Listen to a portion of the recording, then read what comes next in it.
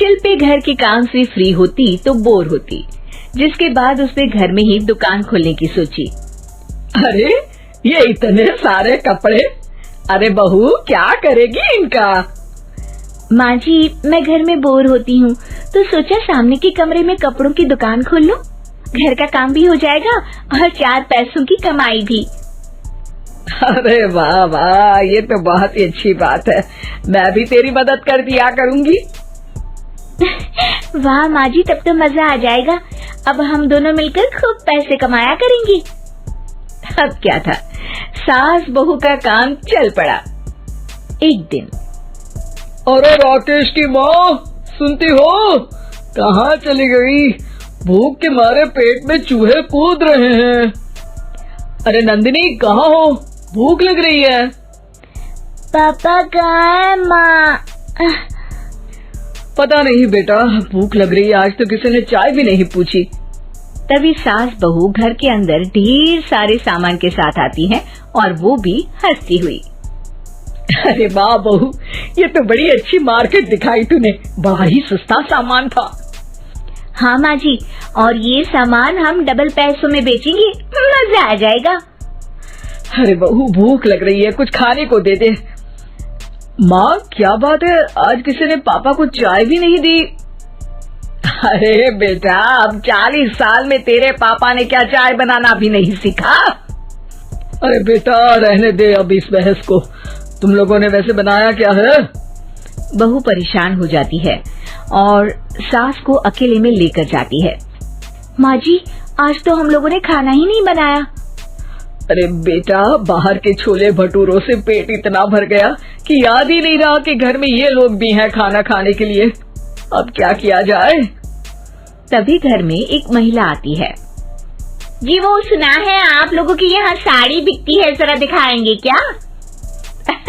हाँ, क्यों नहीं। माँ जी, आप इन्हें साड़ी दिखाइए, मैं तब तक पिताजी और इनके लिए खाने का इंतजाम करती हूँ। सास उस औरत को लेकर सामने वाले कमरे में चली जाती है जहाँ उन लोगों ने दुकान खोली थी। वहीं बहू भी किचन में चली जाती है। अब इतनी जल्दी क्या बनाऊं? पापा जी तो खाने के लिए भी बैठ गए हैं। आइडिया, मैं खाना बाहर से ही ऑर्डर कर देती हूँ। थोड़ी देर में खाना आ जाता है और बहू टेबल पर खाना लगा देती है।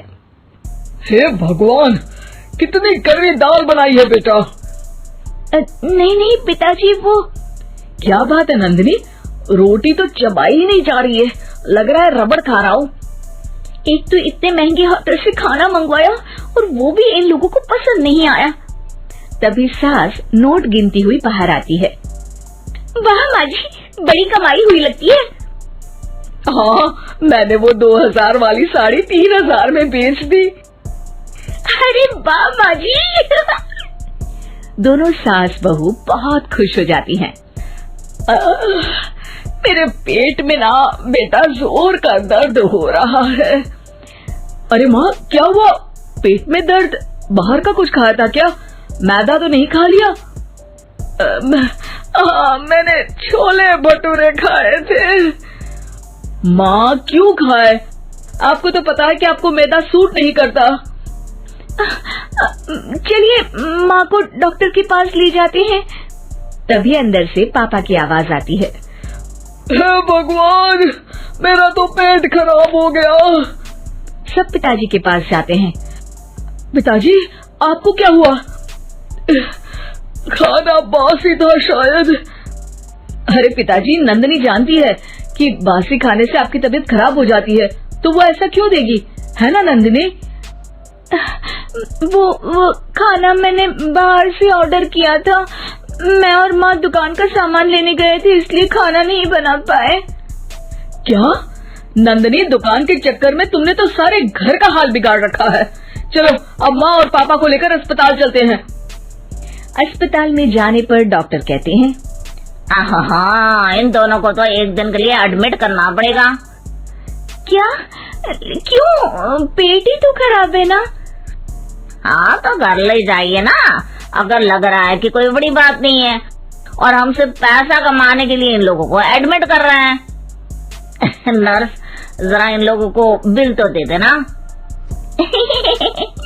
चलिए, मैं आप लोगों को पैक किच समझा देती हूँ। जब बहू के हाथ में बिल आता है, हे भगवान, 60,000 रुपए! इतना तो मैंने कमाया भी ना था। अब समझ गई कि कमाई के चक्कर में घर के लोगों की सेहत के साथ मैं खिलवाड़ कर रही थी।